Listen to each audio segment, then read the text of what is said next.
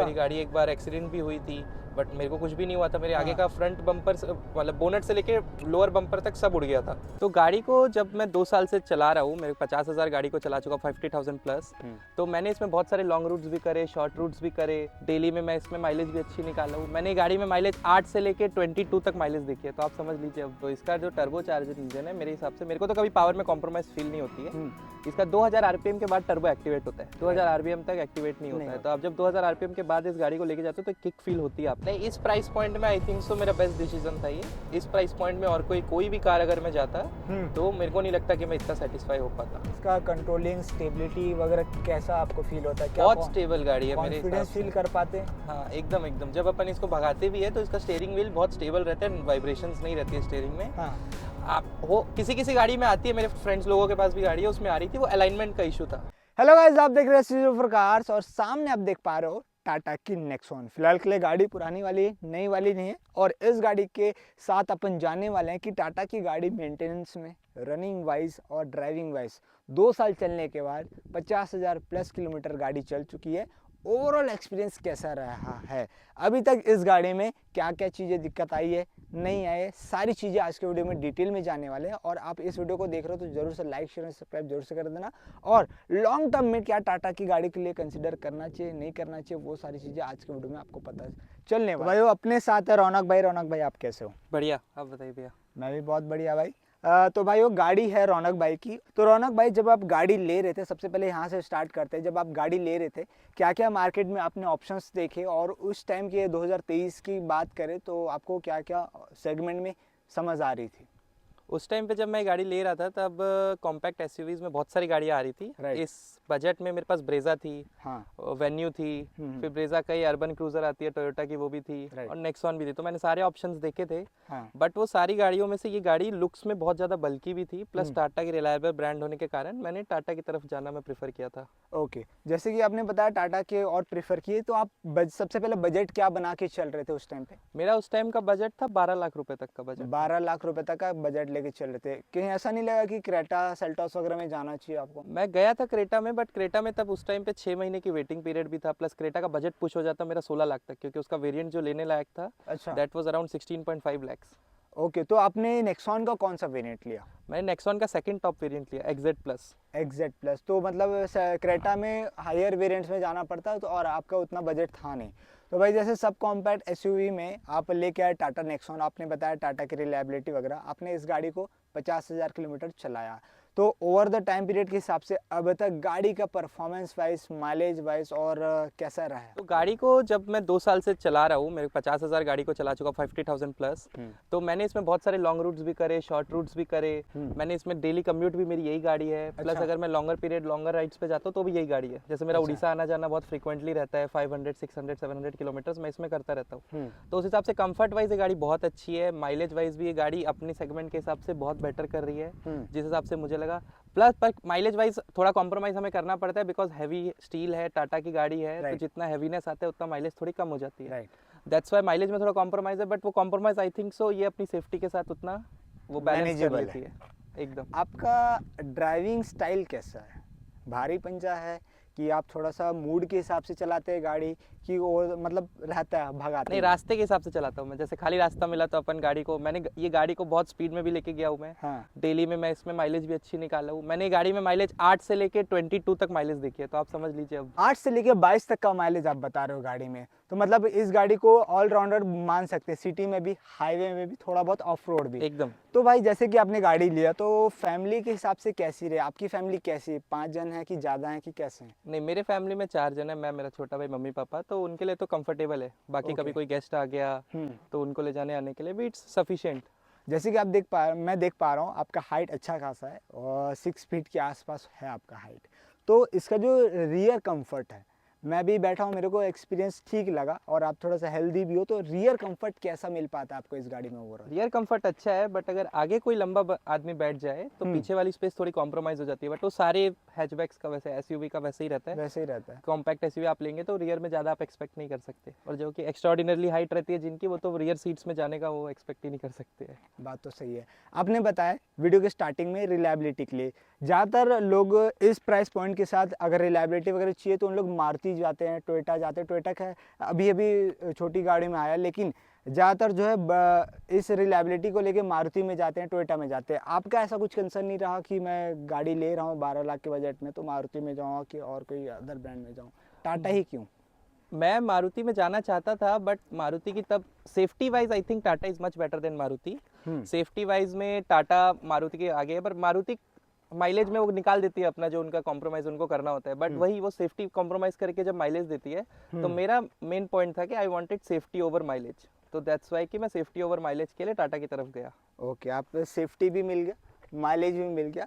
तो भाई जैसे कि आप देख पा रहे हो 3 सिलेंडर है, और सेगमेंट में काफ़ी सारी गाड़ी 4 सिलेंडर भी आ रही है। अब थोड़ा सा जो 3 सिलेंडर गाड़ियाँ भी आ रही है, कुछ 1 लीटर इंजन के साथ। लेकिन इस 3 सिलेंडर का ओवरऑल एक्सपीरियंस कैसा है अगर मैं बात करूँ? जैसे कि कभी कभी बहुत ज़्यादा वाइब्रेशन है, इंजन नॉइजी है, चलाने में कैसा है?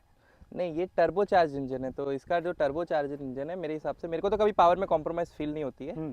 इसका 2000 आरपीएम के बाद टर्बो एक्टिवेट होता है, 2000 आरपीएम तक एक्टिवेट नहीं होता है। तो आप जब 2000 आरपीएम के बाद इस गाड़ी को लेके जाते हो तो किक फील होती है आपको। प्लस आप इसको जब स्पोर्ट्स मोड पे डालते हो, उसमें 3 मोड्स है, जो सिटी, इको, स्पोर्ट्स।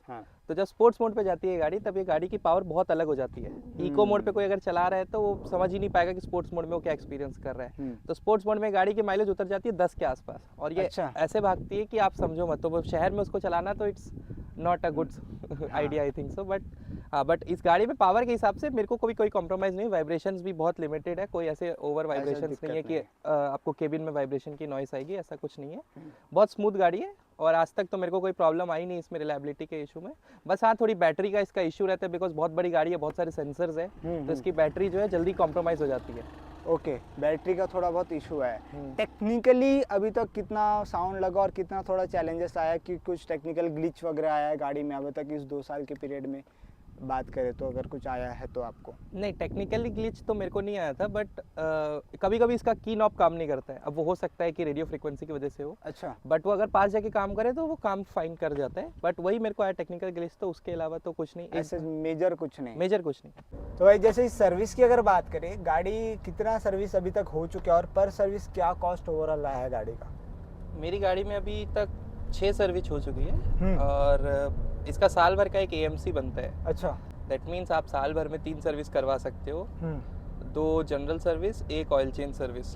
तो उसमें होता है कि 6000 रुपये में आपका वो साल भर का बन जाता है। तो इसका आप एनुअल कॉस्ट मान सकते हो 6 से 8000 रुपये। पर डे के हिसाब से आपका क्या रनिंग था उस टाइम पे, अगर जब आप गाड़ी ले रहे थे? मेरा per day running around 100 to 150 kilometres हो जाता है। अच्छा, तो मतलब आप ईवी में जाने का प्लान ऐसा कुछ नहीं किए, अगर पर डे इतना रनिंग है? नहीं, मेरा एक्चुअली लॉन्गर रन्स में ज़्यादा चलती है गाड़ी, अच्छा। शॉर्टर रन्स पे कम चलती है, तो इसलिए ईवी मेरे लिए, ईवी आई थिंक सो उनके लिए बेटर है जो सेकेंडरी यूज़ के लिए ईवी लेते हैं। तो उसके लिए मैं ईवी अभी लेने का प्लान कर रहा हूँ।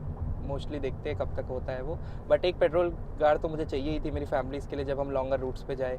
और अभी ईवी का इंफ्रास्ट्रक्चर उतना है नहीं कि हम उनको उड़ीसा लेके चले जाए ईवीज़ को, और वो क्विक थोड़ा सा बन भी नहीं पाता, उसके लिए अलग से 1-8 घंटे चार्जिंग में भी टाइम चाहिए। That's why. और हमारा ऐसे स्पॉन्टेनियस प्लानिंग होती है कि यहाँ जाना है, वहाँ जाना है, तो ईवी हमारे लिए उतना अच्छा ऑप्शन नहीं था तब। तो ये आपके घर की पहली गाड़ी है, इससे भी पहले कोई और थी? नहीं, मेरे पास इससे पहले छोटी गाड़ियाँ बहुत रही हैं। मेरे पास एक रेनॉल्ट क्विड रही है, वैगनार रही है, अच्छा, उसके अलावा एक स्विफ्ट रही है। तो मैंने सारी गाड़ियाँ चलाई हुई है। मतलब हैचबैक से एसयूवी तक का सफर में डिफरेंस तो अभी तक आया होगा एकदम। मतलब चलाने में भी, कंफर्ट वाइज भी, और जो थोड़े गड्ढे वड्ढे होते हैं उसमें भी काफ़ी फील पता चलता होगा कि जी, मतलब जी। ठीक ठाक है। इस गाड़ी को लेने के बाद आपका डिसीजन कैसा लगता है? गुड लगता है कि कैसे थोड़ा बहुत रिग्रेट होता है कि कुछ चीज़ों में? नहीं, इस प्राइस पॉइंट में आई थिंक सो मेरा बेस्ट डिसीजन था ये। इस प्राइस पॉइंट में और कोई भी कार अगर मैं जाता तो मेरे को नहीं लगता कि मैं इतना सेटिस्फाई हो पाता। अच्छा, कोई एक आध पॉइंट ऐसा क्यों?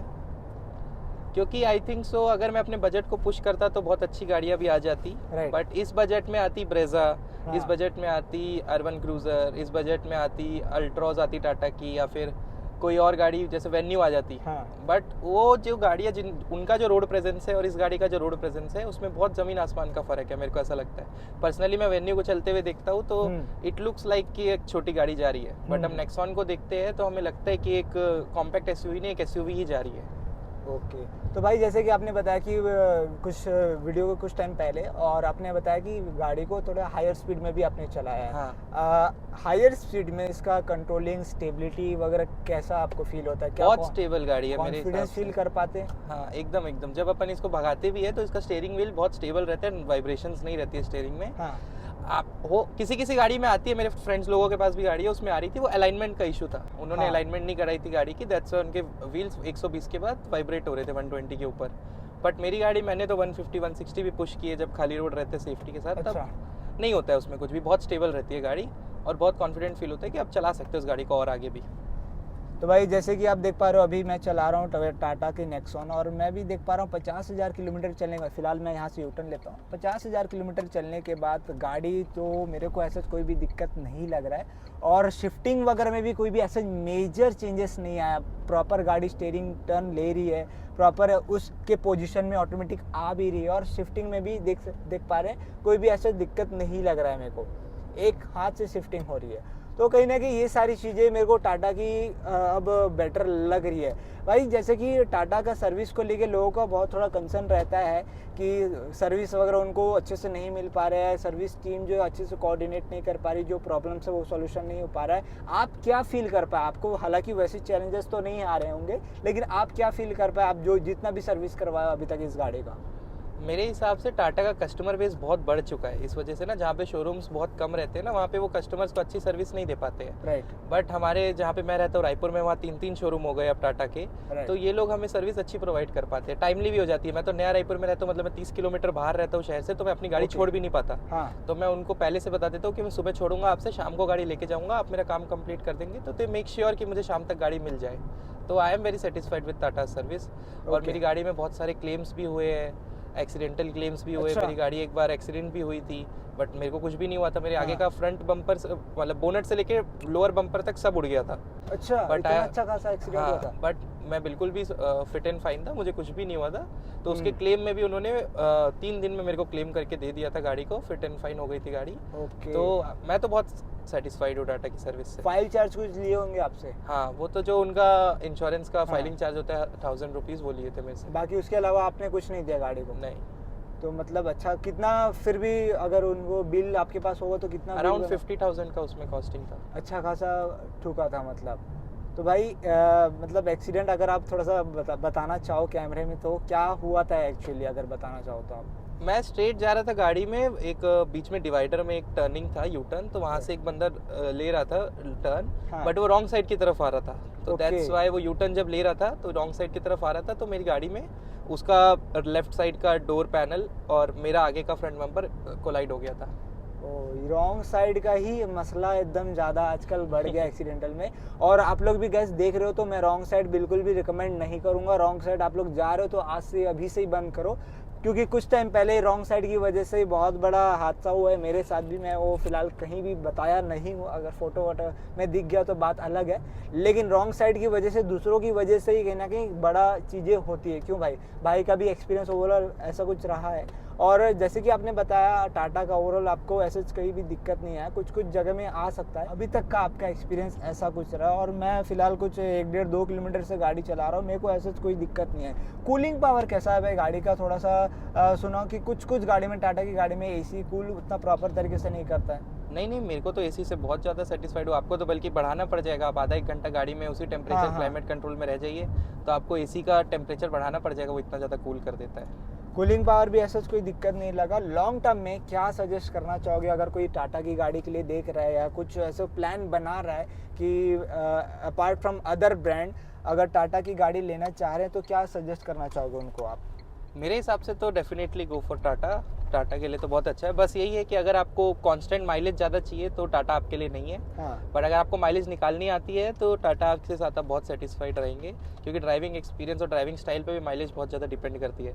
बट अगर आप सेफ्टी में कॉम्प्रोमाइज़ नहीं करना चाहते हैं तो Tata is the best option. तो ओवरऑल एक्सपीरियंस ऐसा कुछ रहा भाई का इन 2 साल के पीरियड में भी 50,000 किलोमीटर चलने के बाद Tata Nexon XZ plus second top model जो आता था 2023 में, भाई ने कंसीडर किया था इस गाड़ी को, और भाई जो है फिलहाल के लिए फुल सेटिस्फाइड है इस गाड़ी से। अगर लास्ट क्वेश्चन अगर पूछूं, अपार्ट फ्रॉम टाटा और कोई गाड़ी प्लान कर रहे हो तो कौन से ब्रांड में जाओगे आप?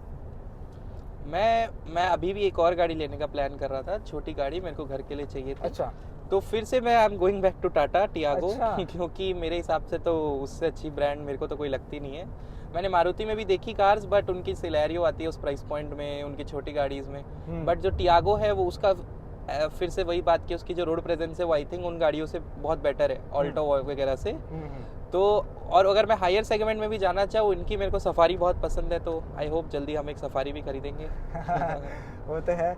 चलो भाई, ऑल द बेस्ट भाई, जल्दी से जल्दी गाड़ी लाओ। और भाई का जो वीडियो, अगर गाड़ी आती है तो आपको वीडियो देखने को मिल पाएगा। तो भाई एक बार लाइक शेयर एंड सब्सक्राइब जरूर से कर देना। ऐसा कुछ रहा टाटा नेक्सॉन का ओनरशिप रिव्यू। तो होप कर दो कि आपको क्लैरिटी मिल गया होगा। नहीं मिल पाया तो फटाफट कमेंट सेक्शन में कर सकते हैं, पूछ सकते हैं, मैं जवाब दे दूंगा, फिर भाई भी कमेंट पढ़ के आपको रिप्लाई कर देंगे। तो ठीक है गाइस, मिलते हैं एक और ऐसे नए वीडियो के साथ, तब तक के लिए गुड बाय।